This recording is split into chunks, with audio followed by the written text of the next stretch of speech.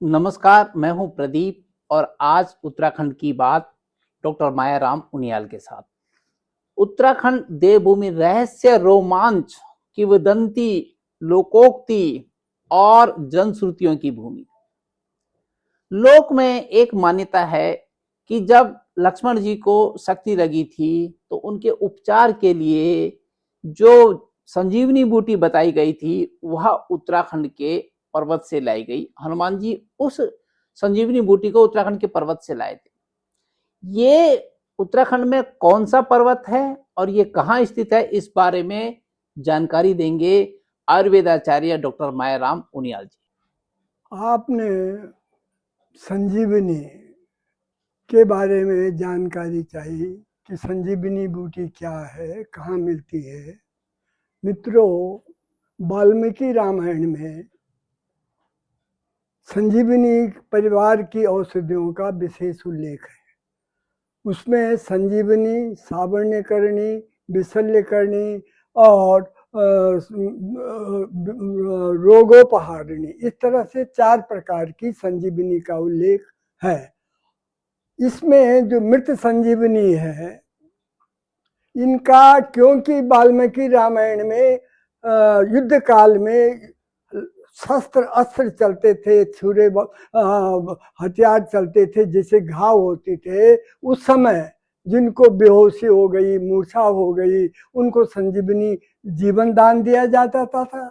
जिनकी चोटें लगी, जिनको घाव हो गई, बेहोश हो गई, विशल्य करनी होती थी, जिनका शरीर बदरंग हो गया, उनका जो थी प्लास्टिक सर्जरी, सावर्ण्य करनी, रंग में यथावत करना, ये उल्लेख रामायण काल में है।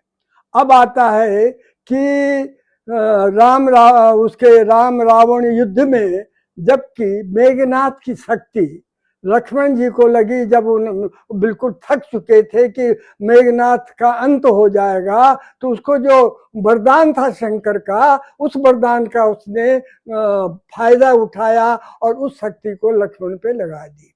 वो बेहोश हो गए, लगाई दी, बेहोश हो गई, मूर्छा हुई। तो बड़े राम जी से बड़े विह्वल हो गए कि मैं अयोध्या जाऊंगा, अपनी माता पिता को, कैकेयी माता को क्या बताऊंगा, किस मुंह जाऊंगा। बड़े दुखी हुई। सुषेण वैद्य के उसके पास गए, जो उनका विभीषण था, जो राम भक्त था, कि तुम बताओ। तो उन्होंने कहा यहाँ पर जो राक्षसों का, रावण का जो वैद्य है, सुषेण वैद्य है, उससे आप बोलिए तो वो इसके बारे में बताएंगे।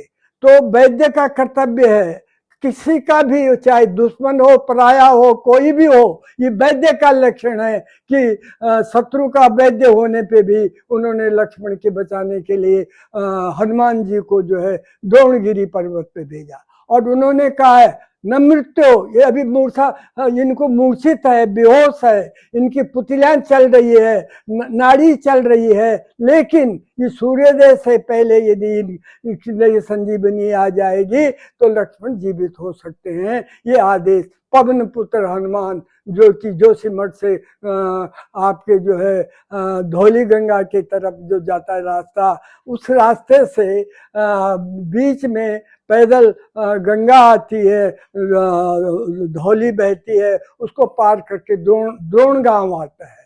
और द्रोण गांव पैदल का रास्ता है, पर्वत खंडर बंडर रास्तों से उसमें जाते हैं, और 13 और 14 हजार के बीच में द्रोण पर्वत है। जब वहां देखा तो अनेक प्रकार के जड़ी बूटियां उनको दिखाई दी, जो संजीवनी नाम है, प्रकाशित हो रही, चमक रही है। दिव्योषधि नाम भवा प्रभावा, जैसा कहा है कि उनके अनेक प्रभाव है, अनेक गुण धर्म है। तो हनुमान जी, क्योंकि उसके लिए भी रावण ने जो था कोई दूत भेज दिया था कि जब वो सरोवर में पार जा रहे थे, तो उन्होंने उस सरोवर में स्नान किया हनुमान जी ने, तो वो उसको हरना चाहते थे, उन्होंने उसको भी वहीं वध कर दिया हनुमान जी ने। जब वो पर्वत पे गए तो उनकी पहचान में नहीं आई, तो सभी चमक रही है, असली संजीवनी क्या है, तो द्रोण पर्वत का ये खंड लेकर के वो जो है सूर्योदय से पहले श्रीलंका पहुंचे और लंका पहुंच करके उन्होंने जो है संजीवनी बताई। तो संजीवनी नाम की आप ही देख रहे हैं, ये मैंने उत्तराखंड हिम शिखरों में दिव्य संजीवनी परिवार की औषधियां, ये किताब लिखी, मैंने वहाँ पे काम किया और उस दिव्य औषधियाँ जो है वहाँ की, ये फोटो आप देख रहे हैं, ये है प्लूरोस्पर्मम, ये है आपका जो है दिव्य औषधि। इस बूटी का इतना प्रभाव है, ये छोटी सी दिख रही दिव्य औषधि, यदि इसमें तो आप सूंघेंगे और सूंघेंगे भी तो कितना भी बेहोश है, इसके नस से यदि नाक में डाल देंगे तो वहाँ पारंपरिक लोग इसका प्रयोग करते हैं। तो हमारा ऐसा भी मानना है शोध के दौरान, इस प्रकार की जो दिव्य औषधियाँ हैं वहाँ पर उसकी जो दिव्य औषधियाँ जिसको वहाँ पर कहते हैं छुप्पी, उत्तराखंड की जो भाषा है बुग्यालों में उसको छुप्पी कहते हैं, छुप्पी बूटी। इसी तरह से फेन कमल है, ये फेन कमल भी ये ऐसा होता है जैसे बकरी के स्तन होते हैं, बकरी के स्तन की तरह अजा स्तन नाभ कंदा तो साक्षीरा क्षुप रूपणी अजा महोषधि गेया दिव्य कुंदेन्दु पांडुरा, श्वेत दूध की तरह होती है। और ये भी बेहोशी और मानसिक विकार अनेक प्रकार के रोगों में ये दिव्य औषधियों का वर्णन है। इस प्रकार वो द्रोण जो पर्वत द्रोणागिरी पर्वत में जो है वो अनेक वहाँ के लोग जो आदिवासी, आपको एक इसमें और चीज बता दूं कि द्रोणागिरी पर्वत के का जो टुकड़ा ले गया वो बिल्कुल लाल सा हो रखा है, वो के लोगों का ये मानना है, उसको देवता मानते हैं। द्रोण पर्वत को द्रोणागिरी निवासी जो हैं वहाँ के लोग सीमांतवासी आदिवासी वो उसकी पूजा करते हैं और वो हनुमान जी से नाराज है, वो हनुमान जी की पूजा स्वीकार नहीं करते, उन्होंने हमारा देवता का जो है ये खंड जो है हनुमान जी ले गई, ऐसी लोक परंपरा कहावत वहाँ पर है।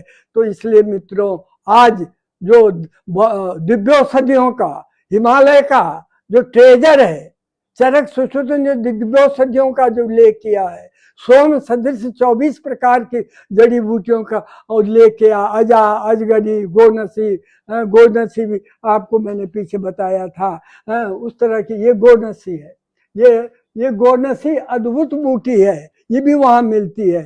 चरक ने गोनसी कहा है, आजकल आप इसको कहते हैं याचरा गुम्बू जो कॉर्डिसेप्स सिनेप्सिस, ये घास में उगता है और ये जापान और आपके रसिया ऐसे देशों में ये बूटी जो है 4 लाख 3 लाख रुपए में बिकती है चोरी छिपे। ऐसी दिव्य औषधियाँ हमारा वन संपदा का जो ऊर्जा संपदा का जो हिमालय है वो उसके बारे में आपने संक्षिप्त जानकारी आप लोगों के सामने मैंने प्रस्तुत किया।